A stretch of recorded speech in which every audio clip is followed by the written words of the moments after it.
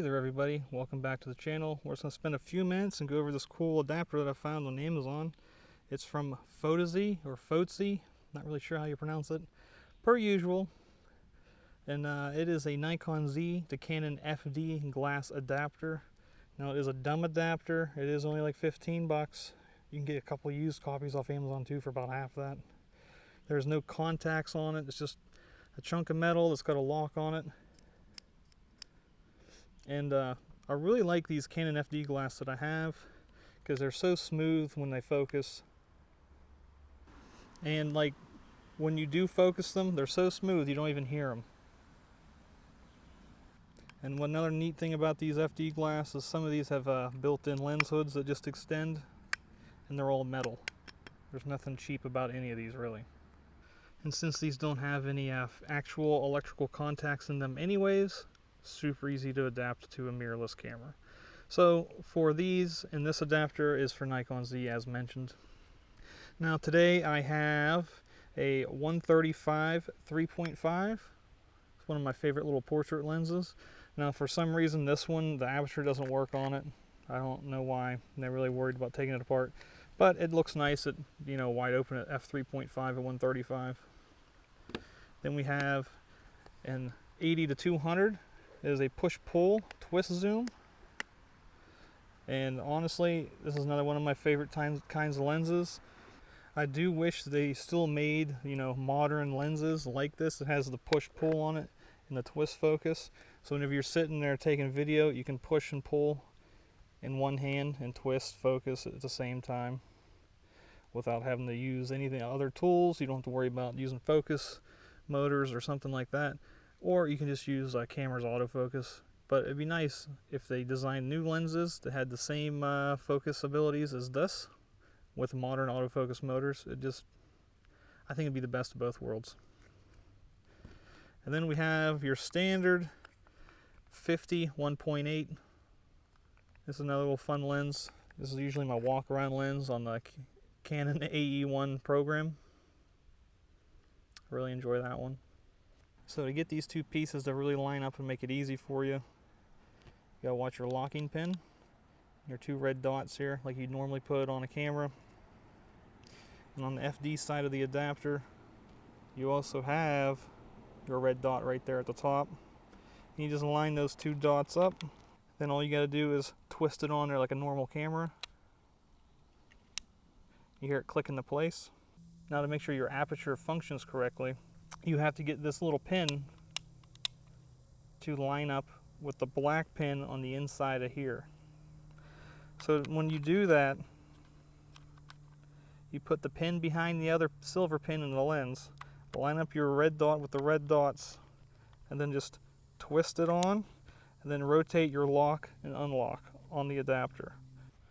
Now the aperture will function like it should. See? Pretty nifty.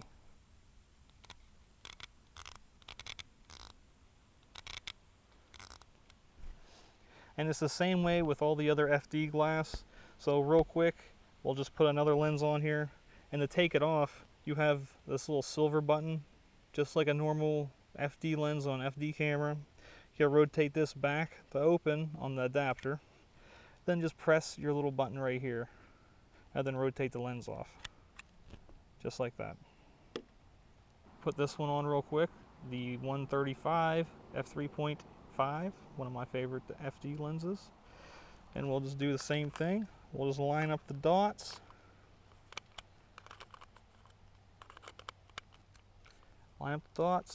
twist it on there, twist the lock on the adapter, and now you're ready to go. Because this other lens, this 80 to 200, has a twist lock built into it. The other ones did not. Now you got to rotate this to open on the lens itself. Take your adapter, line up the red dots,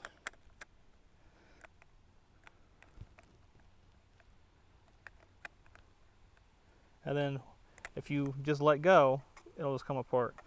Align the dots and then twist the lens lock, and now you're good to go. Now to put this on your camera, it's just a regular Z mount, so just put it on like any other Z lens, twist it on there, and away you go. So now we're filming on the Canon 50 1.8 FD on the Fotasy Adapter. This is in 8K actually. When you view it, it's going to be subsampled down to 4K in the editor. Earlier we were filming on the 40 f2. So now we're on the 50 1.8. So really, I mean, it's not bad for what it is. I mean, this lens obviously was never meant to record in 8K or 4K or maybe even 1080p. They probably never even thought of any of that when these lenses were created. But the one thing you got to keep in mind is there's no autofocus, there's no subject tracking. So really, for this scene, I kind of cheated. I used focus peaking, and I focused on the bag and on the nameplate specifically, so that whenever I sit beside it at the same distance from the camera, I'll generally be in focus too. Now I am using a Shinobi monitor, so I can definitely see that, but it's just one thing you have to keep in mind. Everything is manual focus when it comes to adapting these FD lenses. So one of the super cool things about using this adapter with the FD glass is you can still get stabilization in your lens. So most lenses, like this 40 f2, does not have VR or IS built into the lens. It's basically living off the IBIS in the camera. So with the adapted glass, you still get IBIS. Now when you get that adapted and put on there, you have to program in on the computer of the camera what lens and aperture your lens is going to have.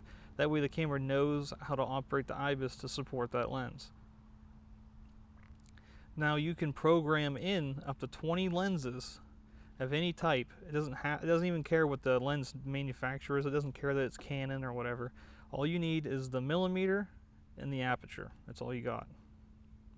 And also, whenever you go to do this, make sure you program one of your function buttons on the outside of your camera so that you can quickly access all the different programmed lenses that you have adapted for your camera.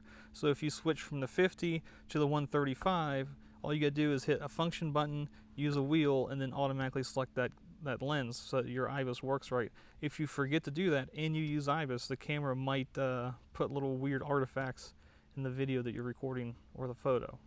But if you don't use VR and you don't use IBIS, you don't have to worry about programming it. But it's super easy, and I highly recommend that you put that in there. And another helpful thing that you're going to need to do if you don't already have it on there is program into your iMenu for photo or video focus peaking, and then you can set whatever focus peaking color you want or the brightness of it and everything. I use red for everything that I do because it's very easy.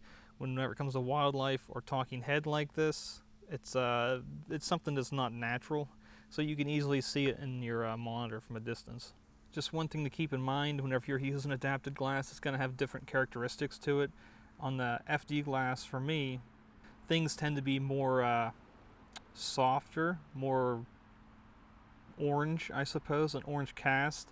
But it also depends on which FD or vintage glass that you are using. All the different glass has different characteristics it's going to give. It's definitely not going to be eagle sharp like a Nikon Z7200S or something like that. But I mean, these lenses, 20 to 50 bucks a piece, and it's so much cheaper than trying to buy actual Z glass if you don't mind a little manual focus. So hopefully this was something you were looking for and you were interested in putting FD glass on your Nikon Z series camera. So if you find this useful, please like the video, comment down below, tell me how your adapted glass worked out for you, and subscribe to the channel. Until next time, happy shooting on that vintage glass. I'll see ya.